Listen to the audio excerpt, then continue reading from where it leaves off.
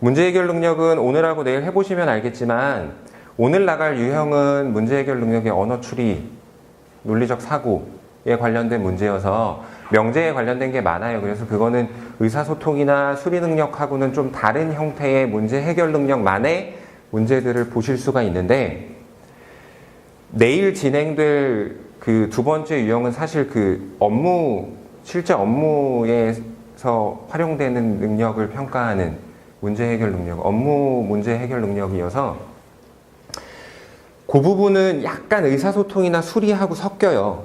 문제 유형 자체가. 저희 의사소통에서 봤던 법령이나 규정 같은 거 보고 확인하는 문제들이 있었죠. 그런 것들도 출제가 되고 그 외에 자료를 보고 수치값들을 찾아내서 어떤 게 베스트인 것이냐, 실제 업무에 어떻게 적용시키는 게 가장 베스트인가라는 걸 결정하는 게 주로 있습니다. 그래서 오늘은 대체적으로 명제에 관한 거, 논리적 사고에 관한 거 바탕으로 수업을 진행을 할 거고요. 내일은 실제 업무에서 활용되는 것들에 관한 문제들인데 그 중에 가장 많은 형태가 가중치에 관한 문제일 거예요. 그러니까 뭐 각 점수마다 또는 각 뭐 인사 담당자가 뭐 인사고과 매길 때 각 영역별 점수마다 가중치가 다르게 적용이 되어 있고 그 가중치를 적용시켜서 가장 적합한 인재가 누구냐 뭐 이런 것들을 물어보는 문제들이 좀 있을 겁니다. 그래서 오늘하고 내일 그렇게 두 가지 유형으로 나눠서 문제 해결 능력은 진행하도록 하겠습니다. 자, 그러면 시작을 하도록 하겠습니다. 늦게 오신 분들은 프린트를 제가 조금 이따가 드릴게요. 네, 프린트는 조금 이따가 나눠드리도록 하고요. 저희 교재 152페이지 가겠습니다. 152페이지에 교재 152페이지 가시면 자, 문제 해결 능력이라는 게 나와요. 문제 해결 능력은 자, 이론적인 거를 말씀드리지는 않을 거예요. 이론적인 걸 많이 말씀드리지는 않을 거고 제가 문제 유형에 관련된 거 대표 두 가지만 오늘하고 내일 나눠서 같이 좀 연습하고 훈련하는 시간을 가질 거고요. 어찌됐건 간에 저희가 문제풀이반으로 진행되다 보니 문제를 조금 많이 다뤄보시는 게 좋을 것 같아서 그렇게 구성을 했습니다. 그리고 여기 이론 파트는 의사소통 영역이나 수리 능력처럼 조금 읽어보시면 도움이 되시는 자료들이고 이 이론에서 많은 문제가 출제되지는 않습니다. 요즘 경향은 이론보다는 실전적인 문제가 출제되고 있기 때문에 이론을 물어보는 문제는 많지 않을 거예요. 근데 대신에 중요하게 알아두셔야 되는 이론 같은 경우에는 제가 조금 찝어드릴게요. 그러니까 그거는 표시를 해두셨다가 이게 뭐다라는 거 정도만 알고 계시면 됩니다. 이게 어떤 얘기다라는 것만 알고 계시면 되기 때문에 그것만 체크하시고 가셨으면 좋겠습니다. 자, 처음에 일단 구조적인 것부터 볼게요. 문제 해결 능력은 지금 앞에 보시다시피 사고력과 문제 처리 능력 이 두 가지 하위 영역으로 나눠집니다. 그래서 오늘 할 거는 사고력이에요. 사고력 중에서도 이 사고력이 총 세 가지로 구분이 돼요. 첫 번째 창의적 사고, 두 번째 논리적 사고, 세 번째 비판적 사고 이렇게 세 가지로 구별이 되는데 창의적 사고나 비판적 사고에 관한 문제는 많이 출제되지 않아요. 사고력이라고 하는 건 저희가 문제화시켜서 출제할 수 있는 게 논리적 사고력에 관련된 문제들이 주 문제들을 다루고 있고 요 논리적 사고는 NCS 이전에 뭐 인적성이나 이런 시험에서부터 초창기 때부터 쭉 꾸준하게 문제가 만들어져서 내려오던 것들이기 때문에 논리적 사고력에 관련된 문제들이 훨씬 많습니다. 그리고 이게 쉽게 말해서 명제에 관련된 거예요. 명제 가지고 참고지를 구별하거나 명제 가지고 3단 논법을 찾아서 결론을 도출하거나 이런 것들에 대한 문제라고 생각하시면 됩니다. 그래서 오늘 다룰 건 사고력 중에서 논리적 사고력에 해당하는 문제들을 조금 많이 다뤄보실 거예요.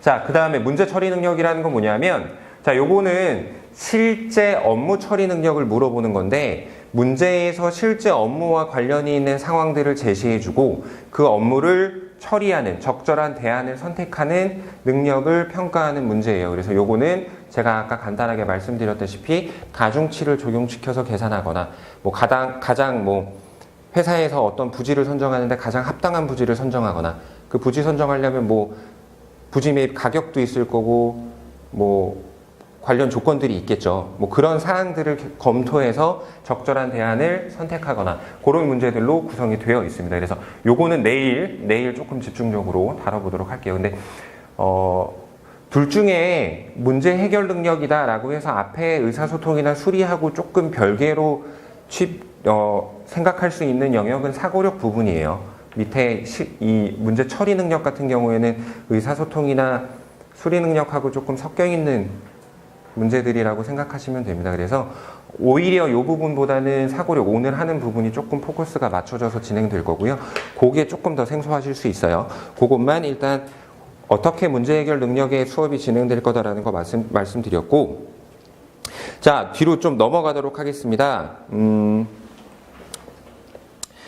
넘기시면 어떤 거를 생각하시면 되냐면, 이론적인 걸 조금 물어보는 그 기관들이 있어요. 이론적인 걸 물어보는 기관들이 있는데 154페이지에 보시면 자, 문제 해결 방법에 관한 거 요거는 조금 확인을 해 두시고 가시는 게 좋아요. 소프트 어프로치하고 하드 어프로치하고 퍼실리테이션이 있는데 요거는 문제화돼서 출제되기도 합니다. 그래서 구별만 하실 수 있으시면 돼요. 이 용어가 생소하다 보니까 이 용어가 어떤 거다라는 것만 구별하실 수 있으시면 되고, 그 중에 퍼실리테이션에 관한 걸 물어보는 게 좀 있다라는 거 정도만 확인하신 다음에 접하시면 될 것 같습니다. 그래서 요거 하고요. 한 장 옆으로 가시면 155페이지에 창의적 사고의 개발 방법이라고 해서 자유연상법, 강제연산법, 비교발상법이라고 나와 있는 거 보이실 거예요. 네. 자, 요 세 가지의 방법이 창의적 사고를 개발하는 방법입니다라는 거 알아두시면 되고요. 그 중에서도 가장 많이 나오는 주제가 자유연상법 중에 브레인스토밍이 가장 많이 언급이 됩니다. 그래서 그 내용만 체크해 주시고 넘어가시면 될 것 같아요.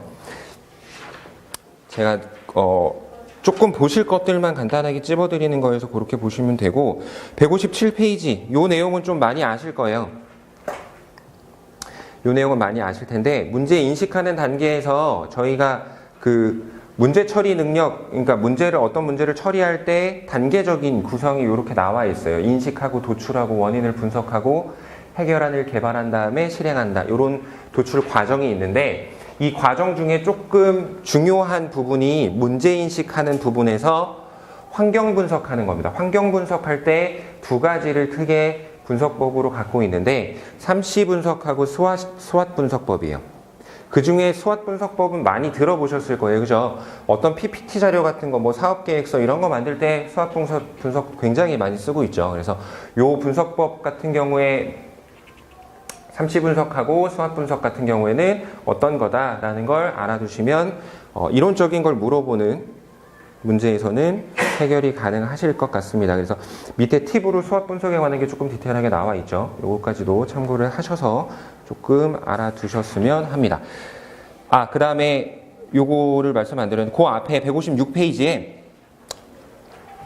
방금 거는 창의적 사고에 관련된 거였고, 요 앞 페이지에 논리적 사고 관련해서 피라미드 구조하고 소왓 방법 있죠? 요거 두 개도 구별해서 알아두시면 되겠습니다. 그래서 뭐 그거의 의미가 뭔지 그리고 그 방법이 어떤 건지 정도만 알고 계시면 될 것 같아요. 그리고 나머지 것들은 조금 쭉 읽어보시면서 내용 이해만 하시면 될 것 같고요. 직접적으로 내용을 물어보는 건 없기 때문에 그렇게 진행해 주시면 됩니다. 그리고 오늘 하는 논리적 사고력을 풀어나가실 때 중요한 부분 중에 하나가 명제예요. 명제. 다들 학창시절 때 배우셨죠? 네. 요즘 커리큘럼으로 보면 중학교 1학년 때 명제를 배웁니다. 명제를 배우게 되는데, 요 부분은 한번 쭉 읽어보세요. 제가 지금 뭐 굳이 이거를 다 설명드릴 건 아니고, 쭉 한번 읽어보시는데, 자, 명제가 P이면 Q이다. 가정과 결론으로 이루어져 있다라는 건 아실 거예요.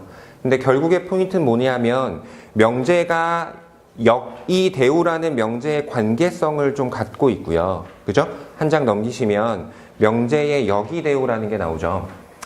이 대우에 관련된 것만 조금 포인트로 알아두시면 되는데, 어떤 명제가 참이다라고 했을 때 그 명제의 대우는 반드시 참이 되죠.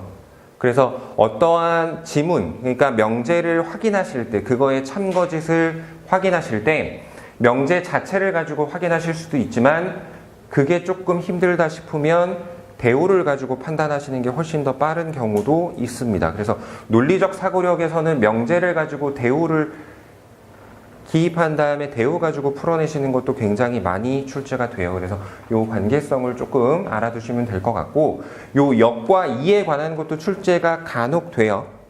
이 역과 이에 관한 건 어떤 출제로 되냐면 가능성에 관한 것들로 좀 물어봐요. 그러니까 이게 무슨 얘기냐면, 자, 어떤 명제가 참이다 그러면 대우는 반드시 참이죠. 대우는 반드시 참인데, 어떤 명제가 참이라고 해서 그거의 역이나 이는, 그러니까 부정한 거는 반드시 참이라고 얘기하진 않아요. 근데 그 얘기를 반대로 뒤집으면 반드시 거짓이다라고도 말할 수 없어요. 그래서 간혹 어떻게 보기의 지문을 만들어 놓냐면, 뭐뭐 한다면 뭐뭐 할 수 있다, 뭐뭐 되기도 한다, 뭐뭐 될 수 있다, 이런 가능성을 내포하고 있는 지문들을 출제하기도 해요. 근데 그게 만약에 참인 명제의 역이나 이에 해당하는 경우라면 그런 가능성을 갖고 있다라고 판단을 하셔야 돼요. 무슨 얘기인지 이해되셨죠? 참 거짓을 구별하는 것과는 조금 별개의 얘기예요. 그런 것들을 물어보는 문제도 있다라는 걸 조금 확인하시고 들어가시면 될 것 같습니다.